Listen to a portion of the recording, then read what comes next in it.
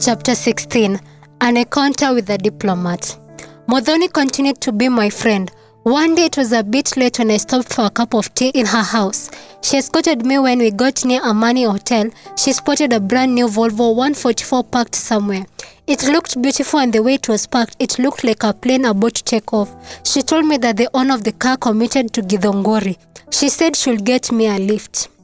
The guy was another witty and hilarious, light-skinned, handsome man with very black, healthy hair.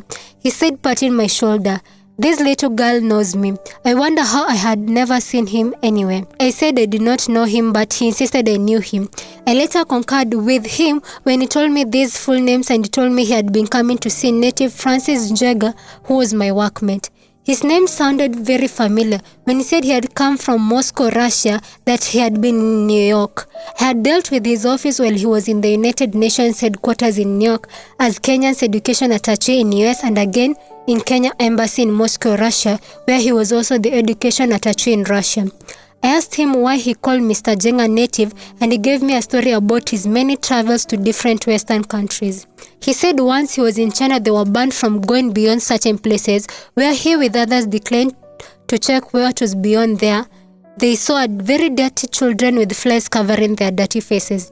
Therefore, Freddie and friends said, "These bastards called us natives when they colonized us and plundered our country. They are the natives, not us," hence the nickname. Freddie and Jenga from then were calling each other natives. We set off for Githongori at 8:30 p.m. Freddie asked me who I was and if I was committed to a partner. I told him I got married 6 years back and how the marriage broke and how bad I was feeling. I was feeling like committing suicide, though it would be extremely hard for me to pull through all the challenges, especially rearing 3 children alone.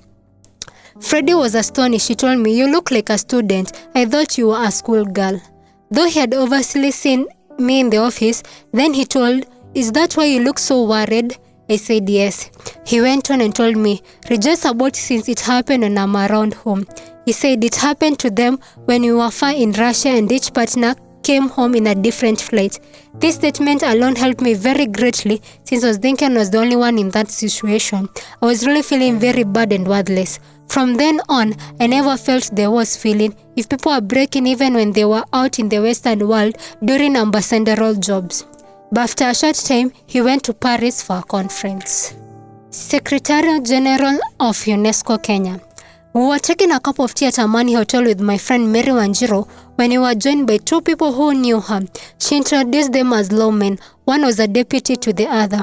Mary was heavy. She said goodbye to them. The younger one said, "No, you can't leave us alone. If you must go, then you have to leave your friend with us." Due to the way he looked nice, I agreed to be left. After all the storyteller friend is telling stories in Paris, I need someone to talk to. Now, due to frustration of life since Joe had taught me how to take alcohol, I was hitting 1 or 2 bottles whenever I came across the drink. The new acquaintance bought a few bottles, then continued talking about the university he had gone for his professional calls since his junior wanted to know why he had been given the top position. Then he said, "I'll take you to some place." He looked humble, cute, and learned, very clean. He showed a kind of respect had not been shown except for Mr. Lee. Later he summoned another person and told him, "Take us to Manchester." I wondered if we were leaded to England, but later we were driven to strange places where we were taken, and whole complex and shown different of corridor had strange mirrors that replaced a line of rooms. We were treated to savannah bath. We really felt good.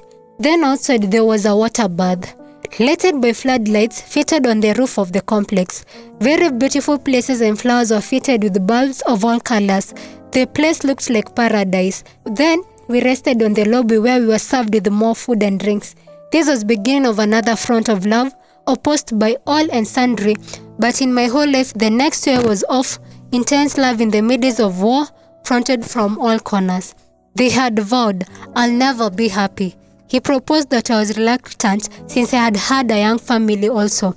I didn't want them to experience what we had experienced, though he said would buy me land very far and buy the other wife land elsewhere, but still I felt I couldn't do somebody else what had been done to me. Kim, Joe, and their friends pulled strings from all sides. Everybody was jealous. Love blinded us, thereby exposing us to enemies who did all they could to break us. The other front was led by his junior, the one who was with him the first day when we met. His partner was also fed with all gossip. From Manchester, as he took me to catch meals to Githongori, he told me to visit his office on Monday. I was working in correspondence department whereby one of my roles was to take letters to the post office and to personally send registered parcel. As I came from post office which was next to his office, as I entered his office, he said, "Yes? So you're the one I have been seeing through my window here, and every time I see you, I wish I could invite you here." He was a very respectful person who used to make fun on the phone. If I did not meet Lawman, I'll never known what love and romance is all about. This was the only romance I enjoyed in life. The usual haters, Njeri and Kiare, the Lord rest their souls in peace, made sure they broke us and eventually went as far as telling Joe to go and complain to his employer, where he went and lied that someone has snatched his wife from him. This was a big lie. The boss told Lawman to choose between me or a transfer to the remote places in Kenya. He chose to leave me, and he confessed that to me I told him how painful it had hit him. The only thing I came to realize is that before we met, I used to see two very beautiful people through the office window. They looked like they had come from the moon. Very smart. I then went on leave, but when I came back to the office, my place had been taken by a senior chief's daughter who had been employed. They had latched a plan with my manager, Karenja, who was very close man to all members of the staff, but was married in the same home with the girl's brother. Now she was working for him just to remove me from where there was all phone access so as to stop communicating with the lawman. They were very wrong since I had been yearning to know what goes on in the bank hall all along. The accountant gave me a letter to take the banking college for a teller's course. I was overjoyed up until then. I had not dreamed that one day I'll be in the banking hall alone, being a cashier for that matter. I was staying at Safari Land Hotel in Westland, where the bank came for us every morning, dropped us on Kimathi Street, then came for us after classes, then back to the hotel. When Lawman discovered where I was, he came and I was called and told I had guests one evening.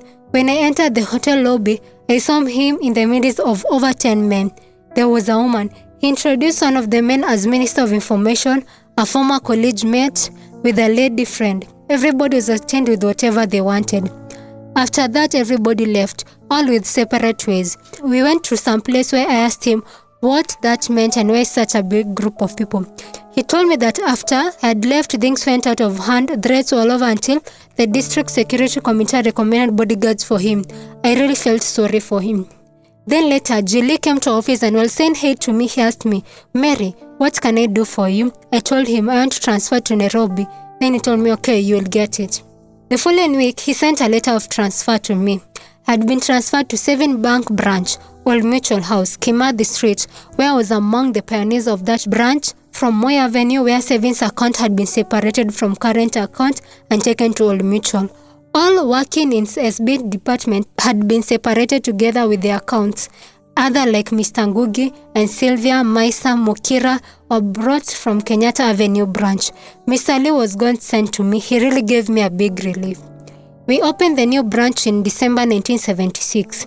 Jay was still the area manager, therefore he started visiting the new branch also. Every time he came over, he made sure he came to where I was just to say hi. And in a little while, gossip started doing rounds. Sylvia from Kenyatta Avenue had become my good friend. She told me that she heard that I ran out, that I left my husband because of Mr. Lee. To relieve myself, I wrote to Lee and let him understand my situation. Thank God, he was always an understanding man. Men developed a deadly hatred for me and by one of the managers, Mr. Karani, who talked ill of me. One day my daughter was sick. I asked for permission to take her to hospital, but the manager, knowing very well that I was bringing the children up alone, told me, let her be taken to hospital by her father. I became stubborn and I told him I'll leave his office only when he had given me permission to take the kid to the hospital. He reluctantly gave me permission. We opened the new branch. The following Monday, Mr. Angaruchi and me, the tellers of the new branch, this was my 3rd branch to pioneer. Farewell party to Mr. Radmuduri and me. As indicated in another book, I worked for a period of 7 years in Gateway House, which became Ufundi House. I was transferred to the head office, Technical Service Department, to help change banking services from manual to automation almost at the same time. Mr. Ramperi, who was an old Asian manager, was also retiring from bank service. Therefore, other staff members agreed that if it was wise to combine the farewells instead of holding 2 occasions. When finally the D-Day came, all was set for entertainment. Ramperi had offered to entertain the Indian way. When I came to know the Lord, I forgave them all. Fundraising American way. As I lingered in America with David's family, I was accompanying them on shopping sprees when one day they parked the car near the entrance of the Walmart store. While I lingered in the car, a nicely dressed lady who looked very polite was there, her eyes turning left, right, east, west, approaching every arrival. The lady carried herself very nicely and was approaching drivers with a lot of respect and confidence.